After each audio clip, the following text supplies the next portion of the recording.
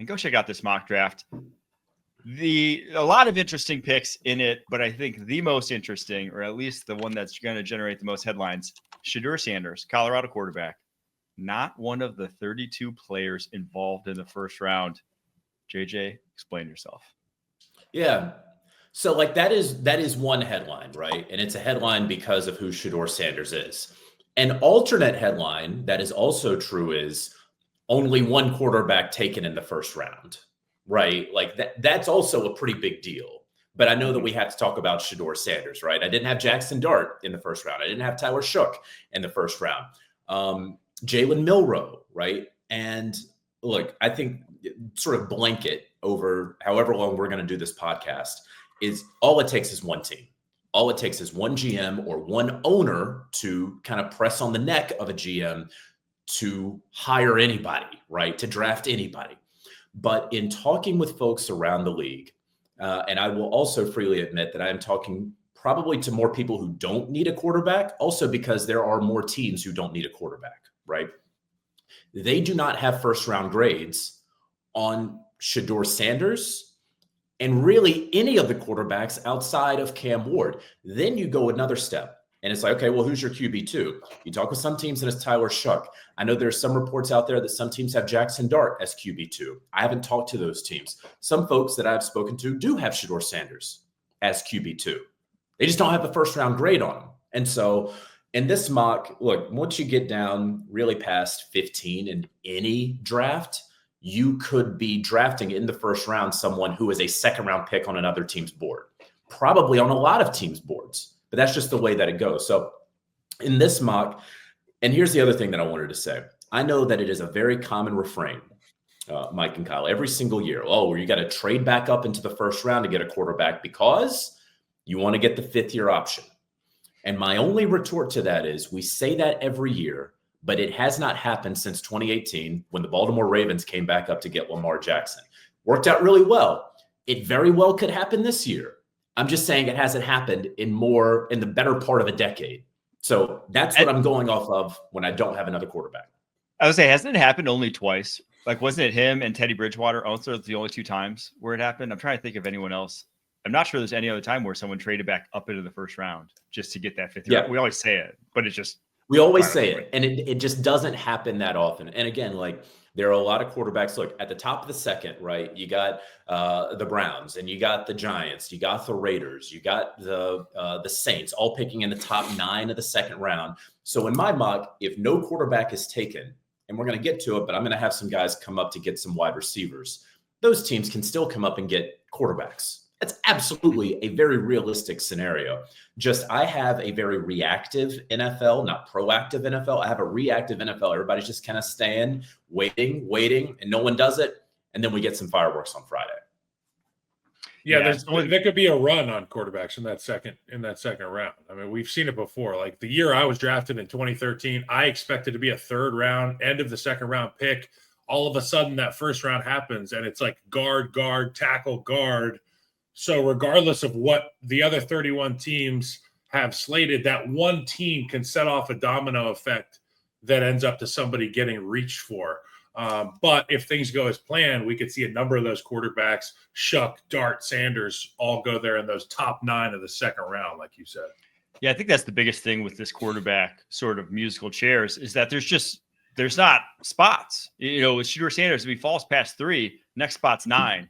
And then in New Orleans, it's like, they're in this weird sort of window where they always try to win now. And so are they going to try to play for the future with this pick? Even if, you draft them, it could be bad. You could be top 5 next year.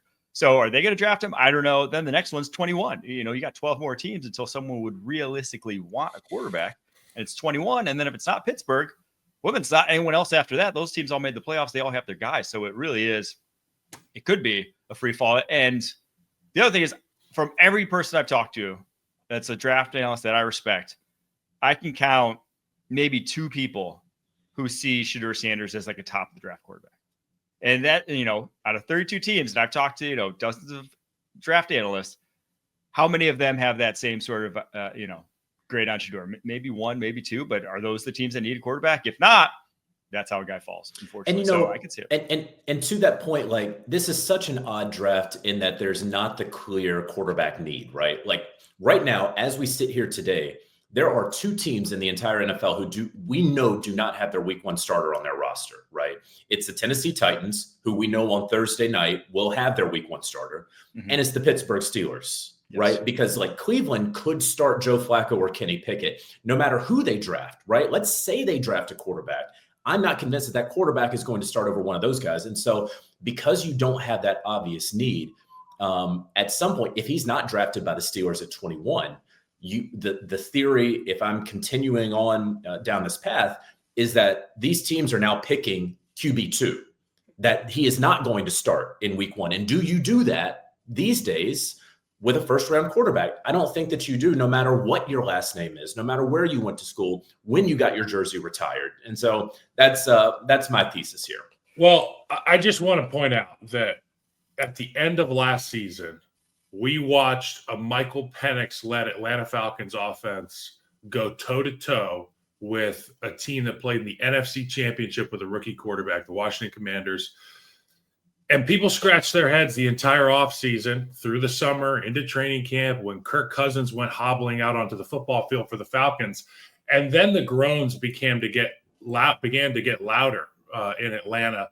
And we saw Michael Penix roll out there. It's the same kind of situation. Very high value pick, going with a quarterback that's not going to be your day 1 starter. Sure, there's going to be a lot of people that aren't in agreement with it, but the proof's in the pudding. When Penix went out there was juice. There was life for the offense. I totally see something like that happening with Shedeur Sanders. Yes, maybe he is not the top-end draftable quarterback.